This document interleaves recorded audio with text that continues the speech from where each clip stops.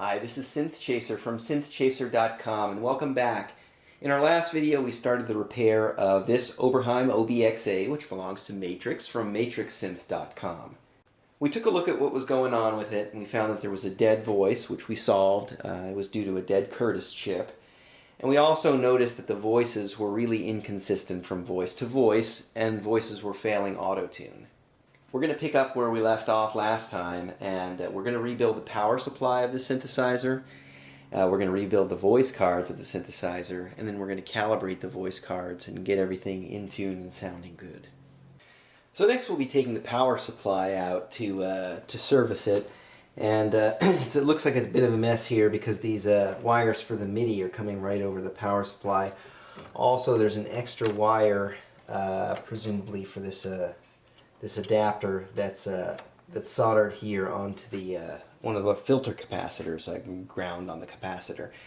Before we do anything with the power supply, a very important step to do is to unplug power to the unit.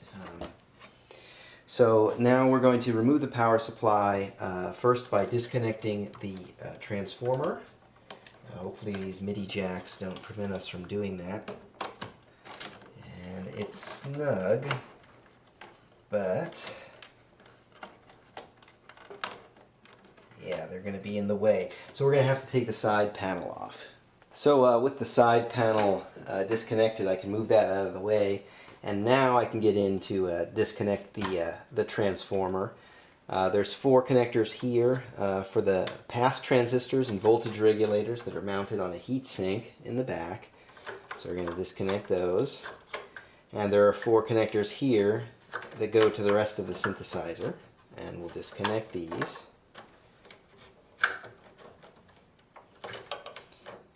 And as far as this wire that's tied there to the ground, there's plenty of slack on it, so what I'm going to do is I'm actually just going to snip it very close to the capacitor here, and then we'll resolder this back to where it was once we put this back in. So now I'm going to unscrew 4 screws and I'll be able to remove this circuit board.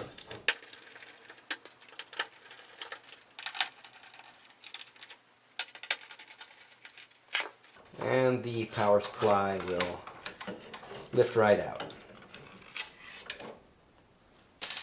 So let's start by removing the old components from the power supply, and I like to trim stuff off and then go back to desolder the leads off, because you put less heat on the board and less chance of lifting and damaging the traces.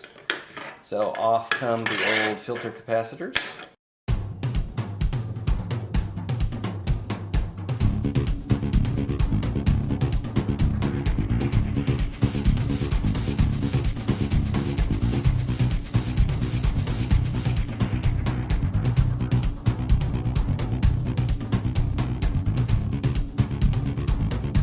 One other thing I'm going to change, even though it's not part of the kit, I'm going to change these trimmers just because I'm the one doing the repair and I have the trimmers, and I'll be able to get the rails more precisely adjusted. It's not as important to do this on an OBXA. The other OBs like OBX, it's hard to adjust the rails with the single turn trimmers that are there. But I figure, you know, since I'm the one working on it, I might as well just do it. You can see here the scorch marks, particularly on the plus 5 volt rail. I'll move it in a little closer. You can see this is the burned circuit board from that heat from that bridge rectifier. So again, since I'm doing the repair, I'm actually going to beef up. Normally these are 1 amp bridge rectifiers, and my kit has a 6 amp and a 2 and a 2. I'm just going to do 6 amps on all of them. Again, because they're a little harder to get in because they're a larger package. On this one, it's definitely worth making it fit. But again, since I'm the one doing the repair, and you know, I can do that no problem, I'll put the 6 amp bridges on all 3 of them.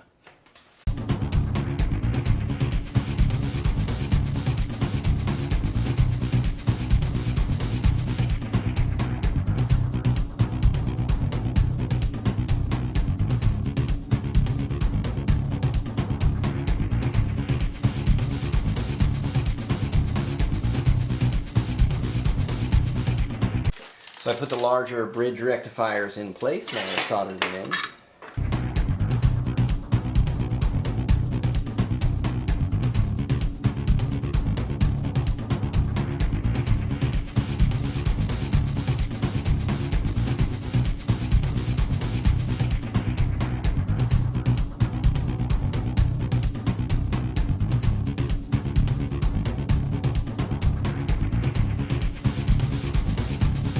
And here's the finished power supply next to the pile of old stuff. If your filter capacitors, if you have any of these left in there, or any bridge rectifiers with the original date codes, you can see the, maybe you can't see because it's not focusing, but it says 8111 on there. Then you really should rebuild your power supply. And if you're handy with the soldering iron, pick up the kit on my website, synthchaser.com. If you're not handy with the soldering iron, then just send the power supply board to me, and I'll do it, test it, and send it back to you. So this is ready to go back inside the keyboard now. So now that we put the power supply back in, we'll just go and verify that all the rails are present. And if I have my little screwdriver here, we can do a quick calibration of these new trimmers that I put in. So the first thing that we're going to check is the 15-volt rail, which we can measure here on pin G3.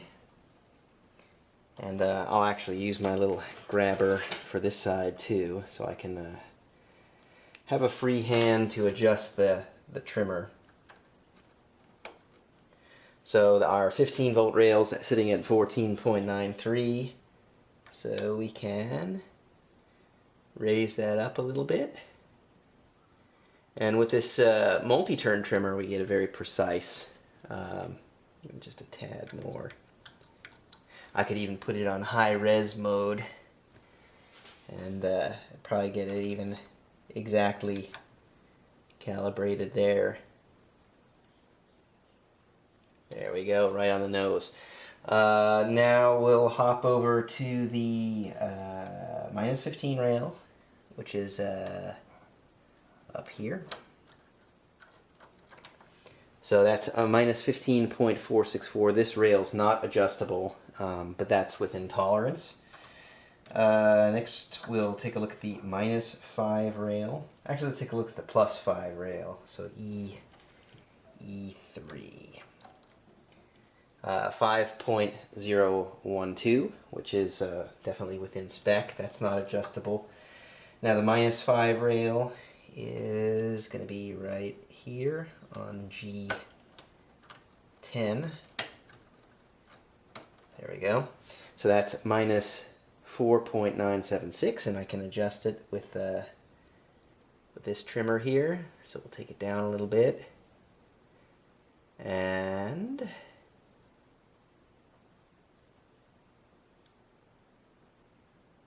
there we go. Minus 5 volts on the nose. These will change when I connect the rest of the synthesizer to it, but I do want to test the power supply with it disconnected from the rest of the synthesizer before I hook it back up. And it's all looking good, and we're ready to move on now to the voice boards. Here are the 8 voice boards, and we're going to be changing over 100 components on these voice boards. I have 2 kits on my website, the Synthchaser Voice Board Rebuild Kit and the Synthchaser Ultimate Voice Board Rebuild Kit. And both of these kits have replacements for all the polarized capacitors. Both of the kits have replacements for some key metal film resistors that by changing you'll improve oscillator stability. Both of the kits have these multi-turn trimmers to replace these initial frequency trimmers. You can see some of them were replaced by someone else with some other type of trimmer at some point. So we're going to be replacing all of those. The Ultimate kit includes replacements for all the rest of the trimmers. Sometimes there's little bits of glue in the trimmer, and the trimmer gets ruined when you try to calibrate and adjust it. Other times these are all single turn trimmers with the exception of these, and it's hard to calibrate the keyboard precisely enough with a single turn trimmer. So what I'm going to be installing in Matrix's synth is kind of halfway between the Ultimate kit and the regular kit. You can get the Ultimate kit and install whichever of the multi-turn trimmers you want. You don't have to install all of them. And that's what I'm choosing to do here. I'm going to install the initial frequency. I'm going to change that to multi-turn. And the pulse width I'm going to also change to multi-turn, because that's a difficult one to calibrate with a single turn trimmer. So I am going to remove all these old parts and put the new ones in.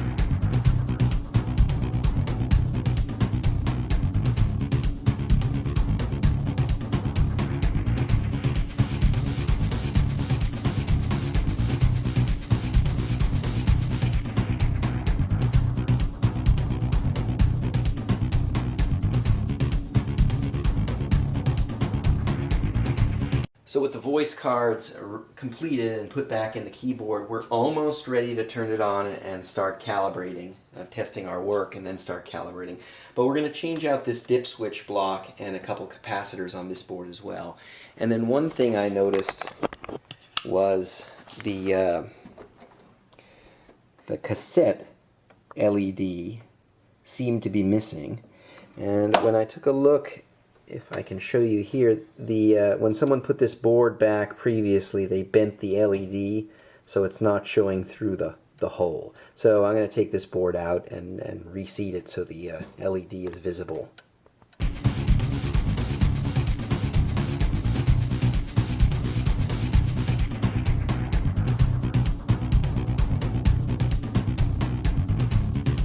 So the dip switch block has been replaced and a few capacitors here, and I put the voice boards back in the keyboard, and now we need to do a calibration of the synthesizer. So I'm going to first calibrate the DAC, the digital to analog converter, which is down below on the lower control board. And I show how to do that in Synthchaser 32. So I have a separate video where I've already showed how to do that. And the other thing is the voices. So they actually don't sound much worse than before we replaced a whole bunch of trimmers, but they do need to be calibrated. And I have a video where I show how to calibrate the voice cards, and that's Synthchaser 16. So that's something you're interested, go check those videos out. I'm going to do that now to Matrix's OBXA, and then we'll take a look at what we got. So I've only just calibrated the DAC and the oscillators, and things are sounding much better already. I can hear the filter calibration is much different on this voice card that we repaired in the previous video. But things are sounding much better already, and this is without any auto-tune. So we're going to continue and calibrate the filter and the rest of the voice board, and we'll check back. I'm calibrating the envelope modulation now, and I've got these two voices calibrated pretty well, and these two aren't calibrating as well as the other ones. So what I'm listening for is I'm listening for the higher and lower oscillator to be in tune. So those two sound the same. This one sounds a little off, and this one sounds noticeably off, and there's really no improving it. This is the best it gets before it hits the end of the range of the trimmer. So I'm going to replace the two trimmers here and see if that resolves the calibration problems. Also, I'm optimistic that changing the trimmer is going to repair this.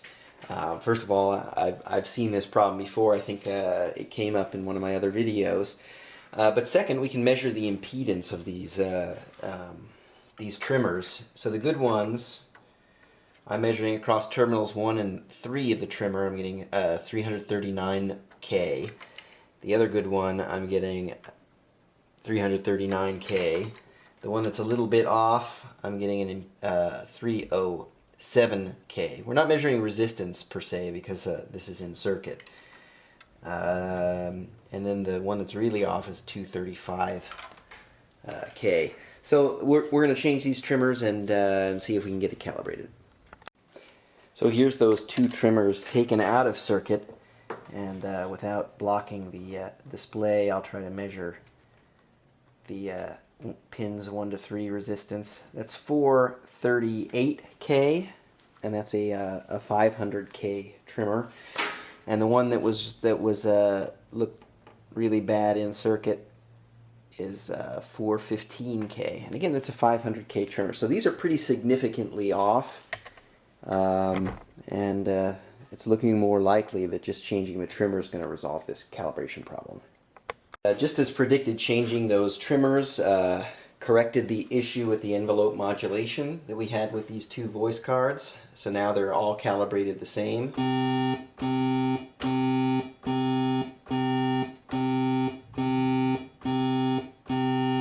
In fact, the ones that I repaired by changing to the multi-turn trimmer actually sound a little bit better than the ones with the single-turn trimmer, just because it's easier to get a more precise calibration with the multi-turn trimmer. So this is a perfectly good example of why you might consider picking up the ultimate voice card kit that I sell rather than the basic voice card kit.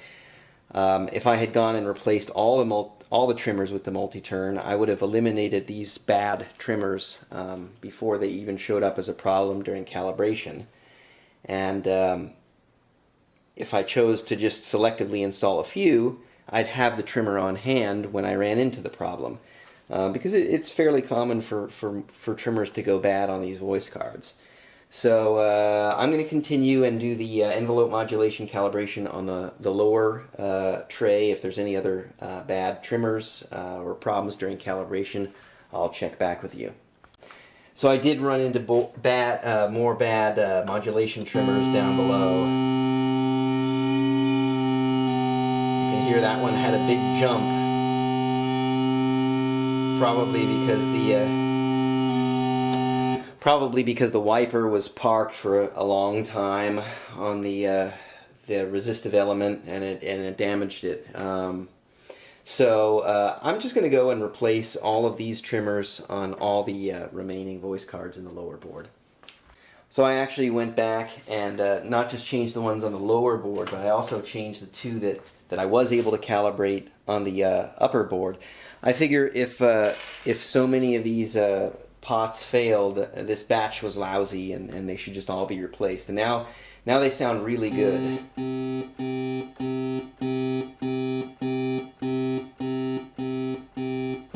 That calibration is right on with all 8 voice cards, and Matrix isn't going to have to pay extra for this. I'm just kind of about doing things right, and that's just how I roll. Even though things sounded good with the oscillators, now for the filters,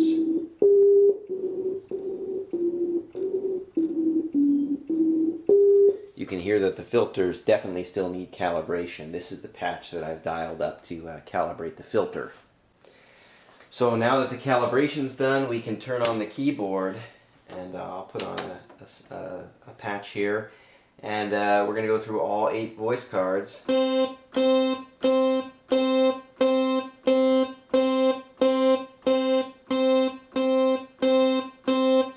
And they're all in tune, and they're sounding pretty consistent from voice to voice. You can even hear on unison mode that everything sounds really close together.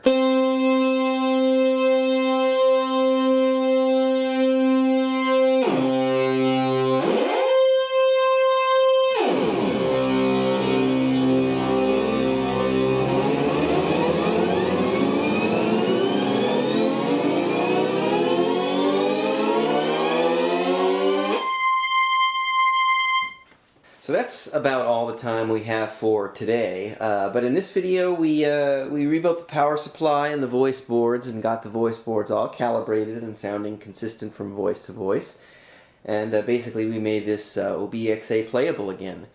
The kits that I used in this video are available on my website, synthchaser.com. Thanks for watching, and have a great day.